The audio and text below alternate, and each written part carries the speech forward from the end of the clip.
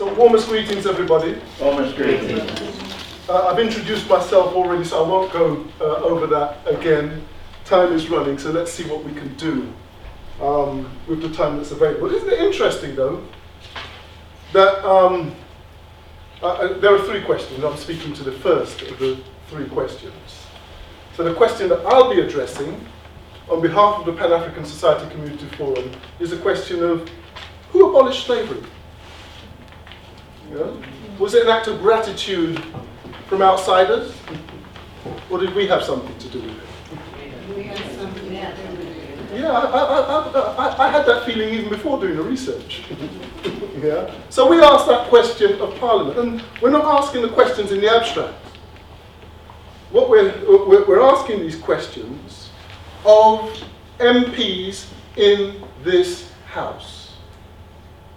And what we want is for MPs, ignited by this discussion, to take that discussion into their chamber, into the House of Commons. And ignited by the question and some of the information that we've managed to research, to take that question in there and have the MPs debate it. Now, I think, Andrew, before I start, I'm happy to make way for one of our sponsoring MPs. Continue, speak for me. You've got the headphone. 20 minutes, speak. No, I think it's better. It's better because our time is more flexible and we know that you're called in between. Yeah, okay.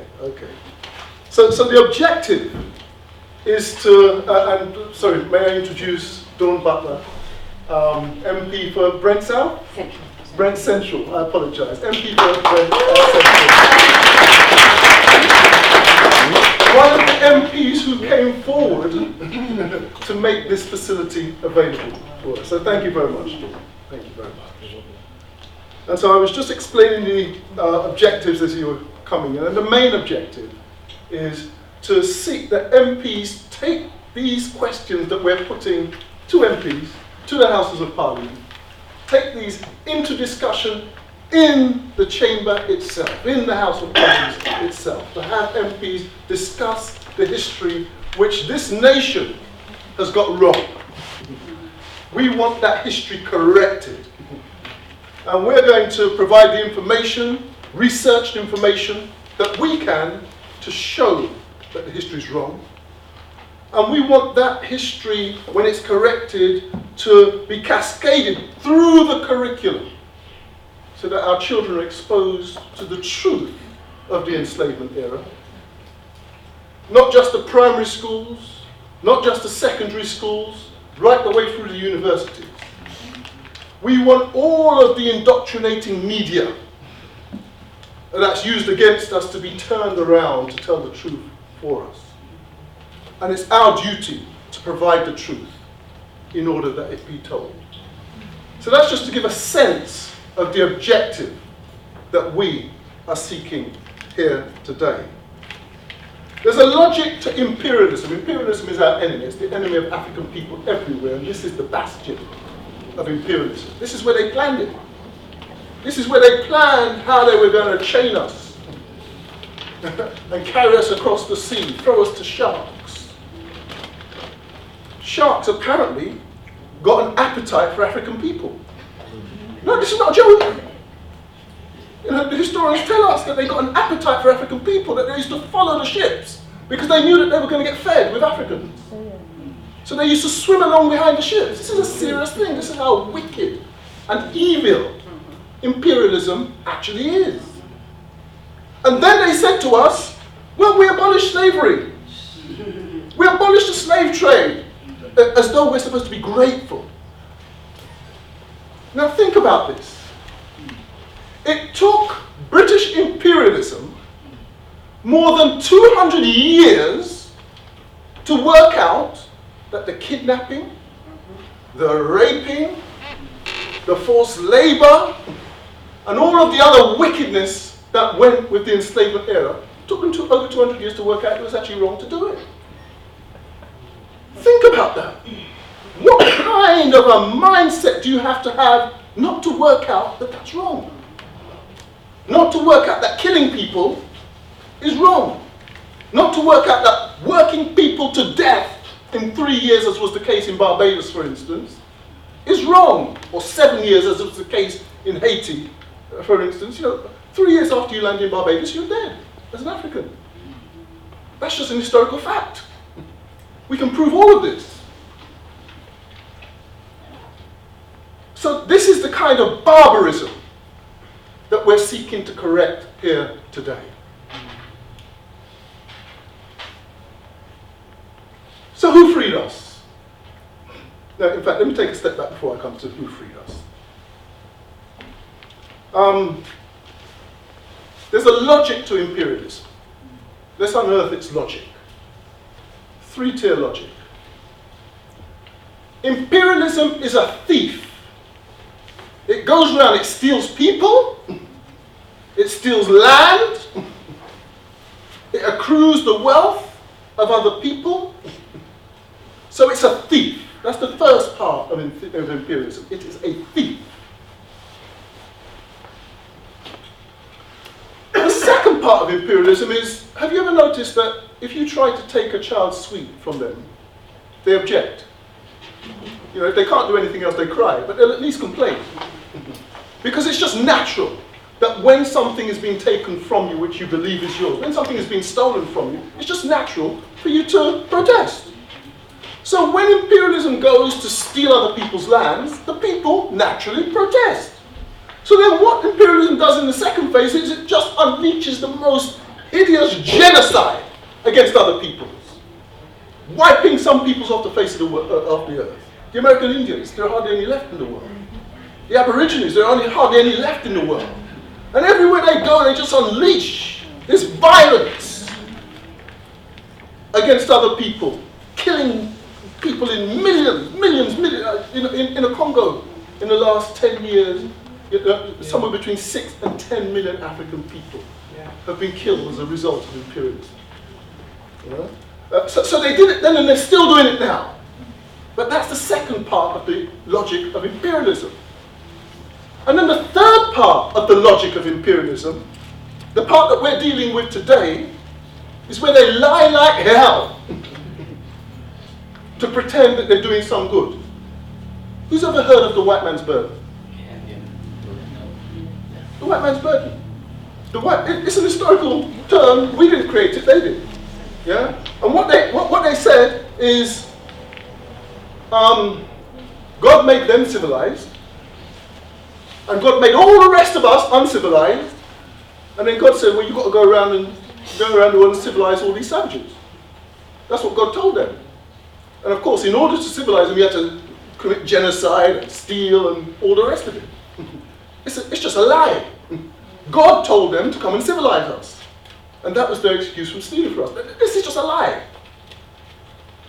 The other way that they describe it, they say is manifest destiny. If you look in the history books, manifest destiny means that God told us to go and do this.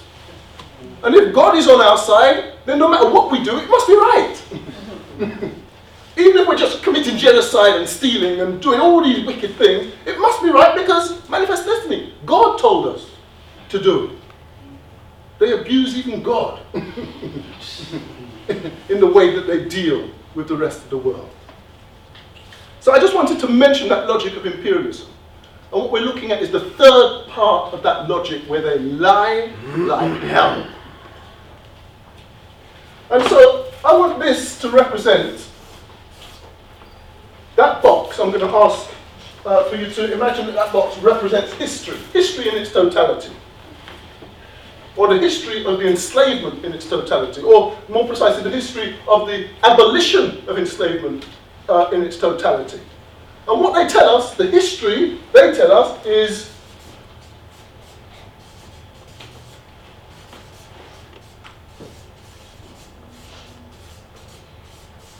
William Wilberforce.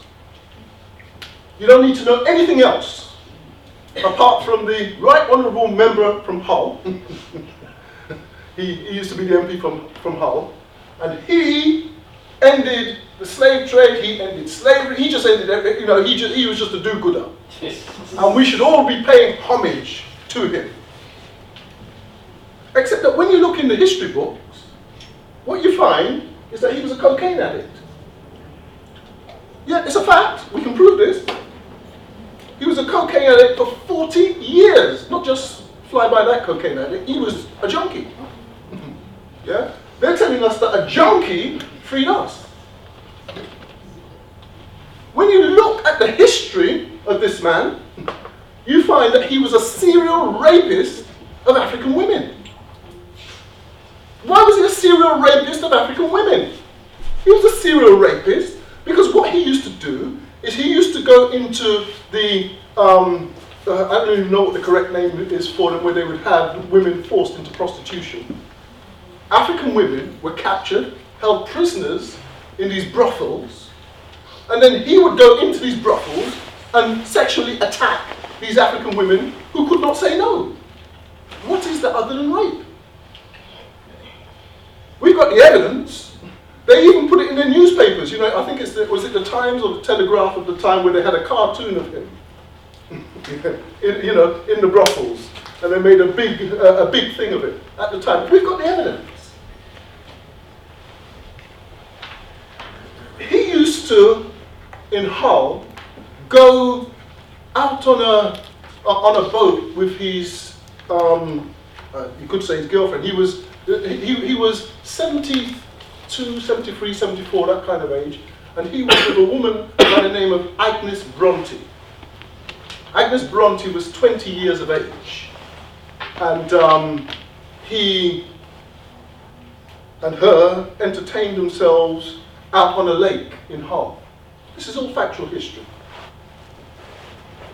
And what he used to do is he used to take her out with chains, and he used to chain her and then sexually do whatever it was that he did with her. This is what William Wilberforce used to do. We can demonstrate all of this. This is standard knowledge for some historians.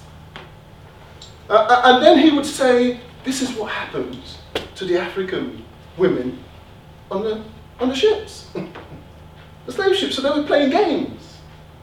And then this woman, Agnes Bronte, who went on to become the most famous prostitute in Britain.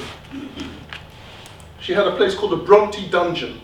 Look it up. You can go on the internet and look up Bronte Dungeon. Yeah. She was trained by William Wilberforce in bondage. And she was the top people's, I don't know, is it companion? I don't know how you describe that kind of thing. Concubine. Well, that's a correct term, isn't it? Yeah, that is a correct term, actually. Yeah? But that was her role. It just so happens that there's a character by the name of Churchill, a war man from Britain, part of British imperialism. He's one of their war men. And he made her pregnant during this whole process. And they had a son. It was a secret at the time, but history has come out. And that son was named Winston Churchill. Yes, it's that same Winston Churchill. That's an aside. Yeah? So I'm just letting you know some of the things that were going on under the surface. Yeah? We can demonstrate all of this. There are some historians, it's just common knowledge for them. But this information is not made public to the rest of us, or at least it's not presented in a way that we would easily assimilate it. So I'm suggesting, and we haven't got time to look at William Wilberforce, but I'm prepared to put on sessions on William Wilberforce. We got the evidence on him to show that what he did is he actually stopped, or delayed, in fact, to be technically correct, the abolition of the so-called slave trade. He was the leader of the Abolition Society. And on 3 separate occasions, and we've got the dates and everything, I won't go into detail now, on 3 separate occasions, the Abolition Society issued a statement saying the Abolition Society is not, I repeat, not for the abolition of slavery. on 3 separate occasions. They were accused by the other imperialists of being in favour of the abolition of society, and they denied it 3 times. We've got their dates, the press releases were issued, etc., etc. So when they say that this man was the one who abolished slavery, it's a lie. We've gone through the history and we can prove it's a lie. We've got here's a document that we've written. It's called African People Have Abolished the Slave Trade. We will publish it. It's not yet published. It's already written. We've got another document which is called Will the Real William Wilberforce Please Stand Up? Where we give you the history on William Wilberforce and demonstrate that he was not for the abolition of the enslavement of our people. So let me just continue then. That this lie is that William Wilberforce is the totality of the abolition of slavery, and all of us should bow and whenever we hear his name, because we should have appreciation. But even when you look at that scenario, William Wilberforce, I'll just put WW, yeah, really only accounts for a small section of even that perspective of the history. I'm not going to go into any detail about some of these other characters, but there are others. Those who have studied will have come across Thomas Buxton. He's another one of the people that they say freed us. Granville Sharp.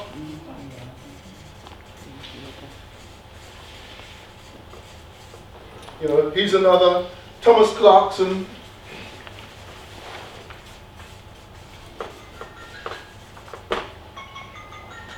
And so on. There were also mass petitions. I won't spend long on this, but this is all activity by Europeans, apparently on our behalf. So these do-good Europeans were so in favour of the abolishing enslavement of our people that they did all what they did. And so if we don't want to accept that as William Wilberforce, let's at least accept that it was all of these do-gooding Europeans that freed us. I'm going to suggest that that too is a lie. There isn't time to go into detail in this discussion, but that too is a lie. And then even if we take all of their activities together, let's do another box now. And that's we'll just put European. All of these do-gooding Europeans who came forward to free us, even that is inadequate, even in the perspective of looking at it from this country. Because what about Olada Equiano? I won't write up the names. It would be if I write up them. Let me do Olada Equiano, Mary Prince, Otabako Guano, yeah? Jonathan Strong, James Somerset, Ayuba Diallo, George Bridgewater, Ignatius Sancho, Julius Sibuzi. These are just some of the names of the Africans who were in the abolition movement. I'll just put abolition movement here.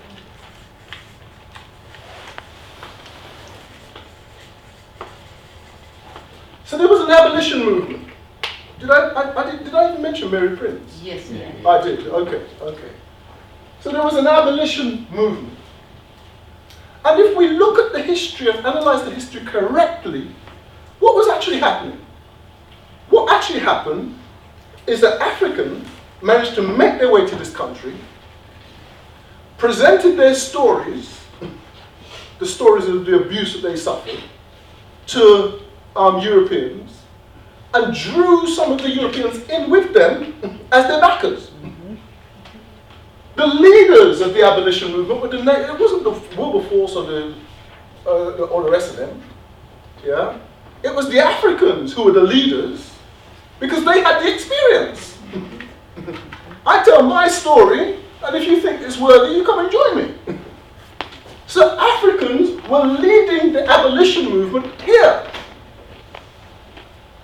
So in Mary Prince's case, for instance, her story was written. A European woman wrote the story for her because she couldn't read and write, but it was Mary Prince's story that was brought to this parliament and petitioned in this parliament. It was Mary Prince that was the leader, not the other way around, as they presented. But I want to say that even this notion is grossly inadequate. In fact, let me just do it this way.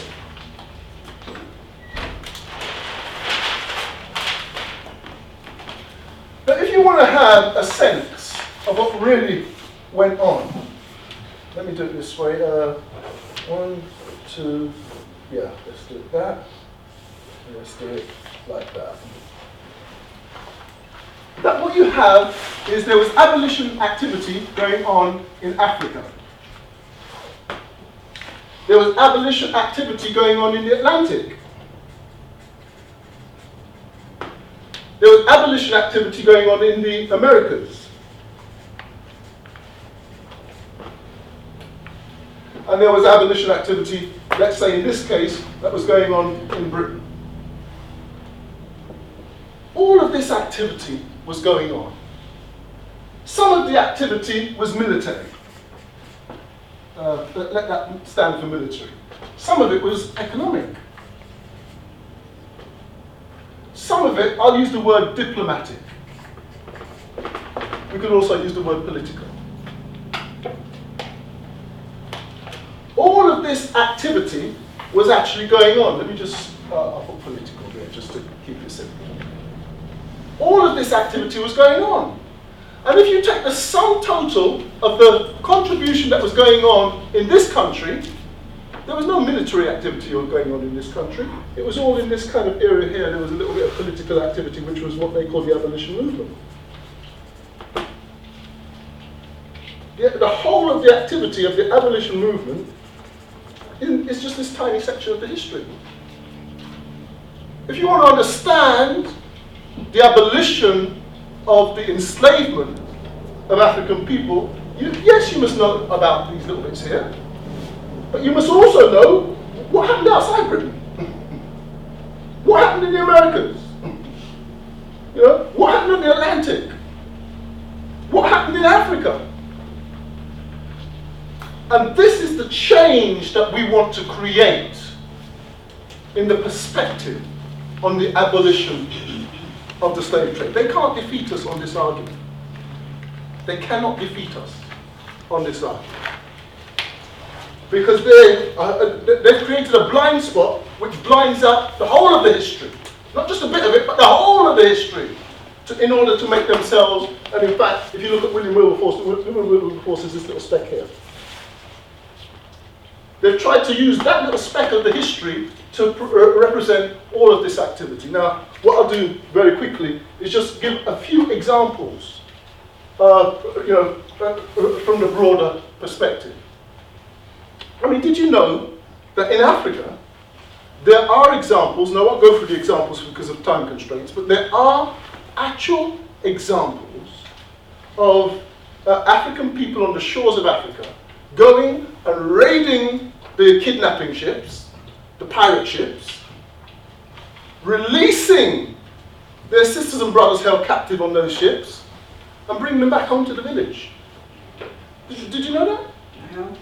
There are actual documented examples, and when we publish this, there are examples in here. I won't go through them now, but we've got actual examples in this document of when that happened. When we actually mounted the ships on our shores that came to steal our people and brought our people home, back to the villages. It's a sign of the history that's not told. There are other sides of the history told, but that side of the history is not told. Now, I think most of us know of Amistad. Yeah? That is one example of a ship that Africans took control of and returned the ship well, in that case, they didn't return the ship back to Africa, but they managed through a number of processes to gain their freedom. In some cases, were able to go back home to Africa. You know, there's another example which is not so famous. It's a ship called the Thomas. And the year escapes me at the moment. I think it's 1758 off the top of my head. And the ship was destined for Barbados. A ship called the Thomas. And what they did on that particular ship is they allowed some of the women to stay on board. You know, they have to put us in chains down in the hold. But they actually allowed some of the women to walk freely, you know, up on top of deck. Most of us were still down the bottom, but those sisters were just allowed a little bit of extra space. Now, imperialism doesn't do things because it likes us.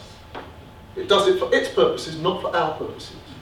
The reason why our sisters were permitted to, you know, walk the top of the ship, be clean and wash themselves, etc., was because they were raped for it. Their job was to be raped by the sailors. That was the reason why they were given the latitude to walk around on ship. But our sisters, even whilst they were being raped, understood that they were the key to the liberation of everyone on that ship. And what they did is they studied, in between rapes, they studied how many of these wicked people are on deck at any point in time. Which is the period when we've got the least number of them on deck. Where are the keys held? You know? Where are the arms held? They worked all of this out, and they worked out that there was a period when there are 2 of their kidnapping sailors on deck. Just 2.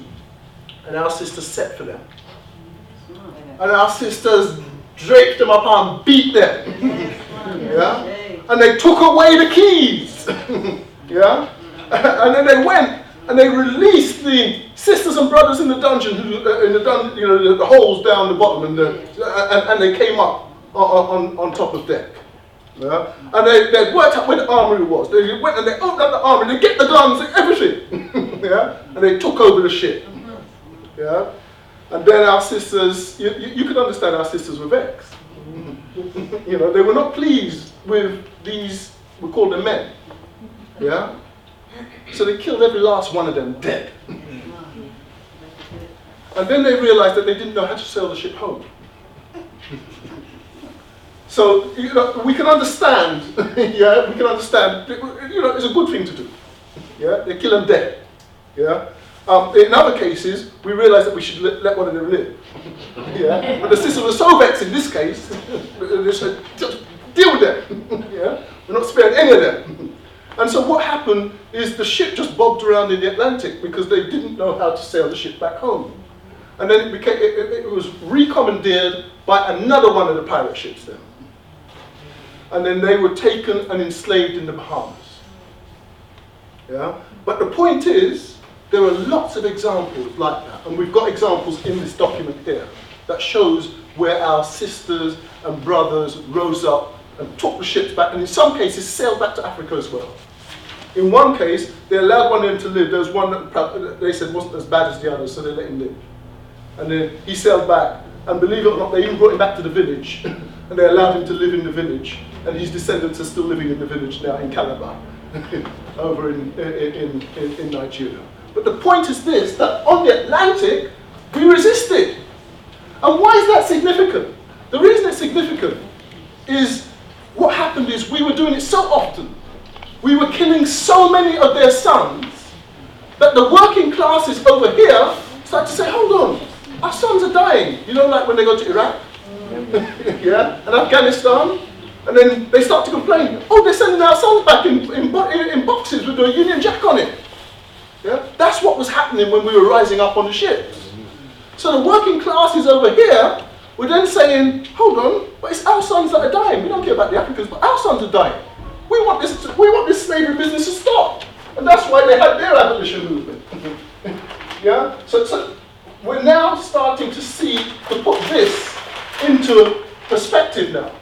Yeah? This is happening not because of the good graces of the Europeans, but this is happening because their own sons are dying. Yeah? And they want to put a stop to that. And if ending slavery means that they can save their sons' lives, well, why not be supportive of the abolition of slavery? Can you see that the history is painted back to front? Yeah? And then in the Americas, we don't even have to spend a lot of time there. Anybody ever heard of Haiti? Yeah? Anybody ever heard of Toussaint Louverture? Anybody ever heard of Dessalines the Ferocious? Yeah? Henry Christophe? And so on. And we could go through a long, long list. The point is that we defeated, do you know, in the Haitian Revolution, Britain lost 40,000 soldiers. 40,000 soldiers were sent, to go and take back Haiti from the Africans. Yeah? They lost 40,000 soldiers. General Maitland, remember his name? He was the one that had to surrender to Toussaint. British general, yeah? They don't mention his name, because they'll mention Montgomery because they say he won World War II and all the rest of it. They won't mention the one that got whooped. Yeah? St. Hill, General St. Hill. Britain was defeated by the African people in Haiti twice. France was defeated by the African people in Haiti twice. Spain was defeated by the African people in Haiti twice. We've got the documents. We can prove all of this. It wasn't just one victory. It was a revolutionary war that went from 1791 all the way to 1804, the 1st of January 1804. It's a massive period of time with lots of wars, or lots of battles, I should say. Yeah? And we won. But the other side of the hidden history, did you know that whilst all this was going on, in the Eastern Caribbean, we know about the Maroons in Jamaica, for instance. Yeah? Never defeated. Understand, the Maroons in Jamaica were never defeated. Yeah? In the Eastern Caribbean, our successes were even better than in Jamaica. If you look at the island of Guadeloupe, the hidden history of Guadeloupe, Pointe-à-Pitre is the capital of Guadeloupe. And we took complete control of the island of Guadeloupe. Africans were in charge. We rounded up the enslavers, we held court on them, and then we decided we'll chop off the head of this one, 48 of them. In the squares of Pointe-à-Pitre, we chopped off the heads of 48 enslavers. And we spared, I think, 2 of them. There's always an African that will put in a good word. Yeah? They said that one wasn't as bad as the rest. Yeah? And I think 2 of them we spared. Yeah? Chop off the heads of 48 of them. Yeah? If you come south from Guadeloupe, you come to the island of Dominica. In Dominica, the island was effectively controlled by the African Maroons. They didn't have the complete control, they had 2/3 of the island.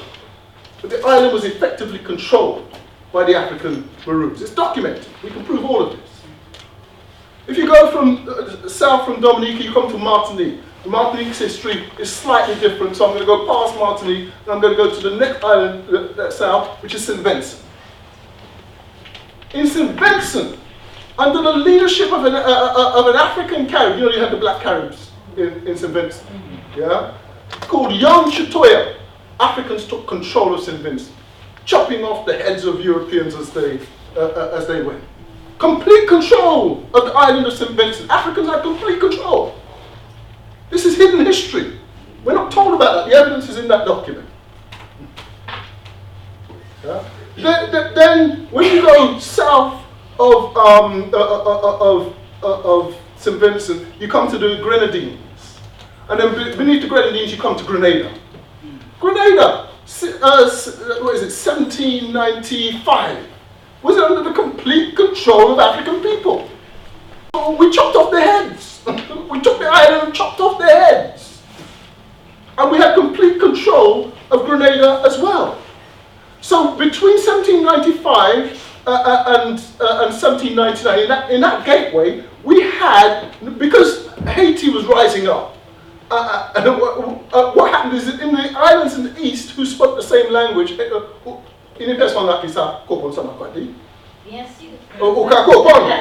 okay, we're speaking the language which is spoken in Haiti, and was spoken in those Eastern Caribbean islands that I just mentioned. St. Vincent used to speak it, they don't now. Grenada used to speak it, you might get one or two elders that still speak it now. In Martinique, Guadeloupe, Dominica, St. Lucia, they still speak the language now. Because of that language connection, they knew what was going on in Haiti, and you know, the revolution was going on strong in the Eastern Caribbean.